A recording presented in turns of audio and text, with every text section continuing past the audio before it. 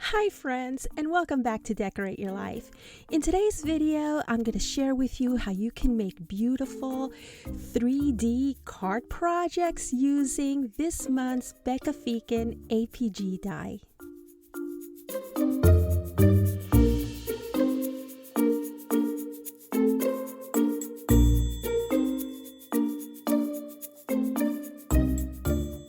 Alrighty, so for this month's Spellbinders card making project, I decided to use a sheet from the Heart Hands paper pad. It is a 6x6 paper pad by Spellbinders, and I will go ahead and list it in the description area below. I also used the same designer paper from Spellbinders to die cut covers that are going to go right on top of the white cardstock side pieces that I'm showing you there. However, this project does require you to use some good heavy-duty cardstock, and I did die cut 5 sheets using my Prima paper. And what I'm showing you here is that on my designer paper, I went ahead and trimmed off the side tabs. And what I will be doing is I'm going to go ahead and glue that piece on top of the other. I also die cut 6 pieces of the jar lids, and I used watercolor paper for that. I also used watercolor paper to die cut the stems for my flowers. And as you can see here, the Becca Feeken die of the month comes with so many dies that you can use to decorate your jar 3D card. It comes out absolutely stunning. And what I'm showing you here is a tag die that I did not use. And also, this die set has the die that you can use to make a shaker. How fun is that?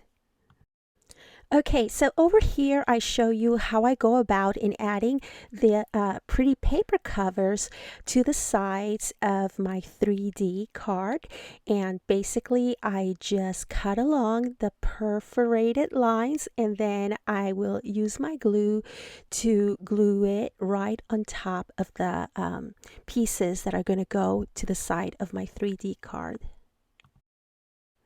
And once that's done, I proceed to glue the pretty paper onto the cover of my mason jar card. So now that that's taken care of, the next thing that I'm going to do is I'm going to glue the mason jar cover on top of the mason jar. And what I'm showing you there is that there is an embossed line, and where you are going to glue that is you're going to glue it right over the first embossed line. And the reason why you want to do that is because there is a slit on top of the jar cover where you are going to be putting your flowers through.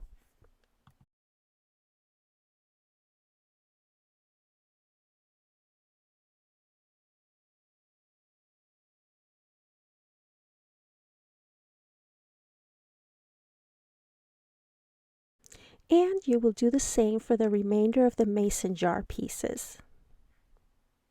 And for the last mason jar piece, the one that's going to go to the back of your card, and this is personal taste. I decided to do a front and a back lid. That way, when the card is not facing you or facing someone else, it looks complete.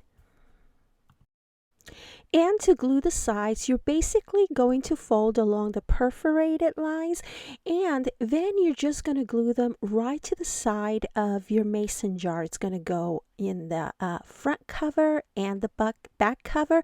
And basically what you're going to do is you're just going to follow the lines. You're going to follow that curvature line, and you will see, I'm showing you right there. See how easy it is to put these pieces together. Okay, so once the side pieces are glued onto the front part of your mason jar, you have a couple of choices here. You can either put your tabs through those slits that you see there. First, you're going to do one side and then the other. I did that on a previous card that I will show you later on this month. And the other thing that you could do, which is what I decided to do with this one, is I just went ahead and folded along those tabs and I just glued them on. But just so you know that if you decide to glue your tabs on like I'm doing here, you may not be able to fold your card like it was intended. But if you actually put your tabs through the slits, then you'll be able to fold your card. And of course, the recipient will be able to open it up and it just pops into place and it looks absolutely stunning. This other way, I'm doing it because it's going to be just sitting on my desk as a decorative piece. So I don't mind gluing it like this because I'm not shipping it anywhere. So for the last piece, I decided to trim off those tabs that you see on the side because I think they're not necessary, you know, because we're gonna just go ahead and glue this right like you see in this picture. So yeah, that's what you're seeing me do. And as you can see, it's gonna be so easy to glue the back piece onto this simply because you just have to line the curvatures and everything lines up so nicely.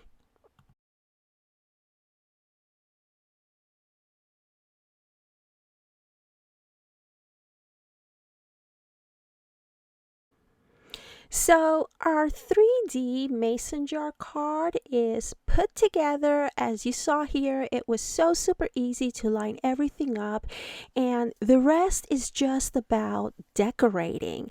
So for the rest of the video, I'm going to add some music. I'm going to speed some parts up, probably most of it, so that way it doesn't take too much of your time. And yeah, you will see some pictures at the end of the video, and I hope that you have enjoyed this tutorial on how to put together your mason jar 3D card by Becca Feeken. And you will find links to what you see here in the description area of this video.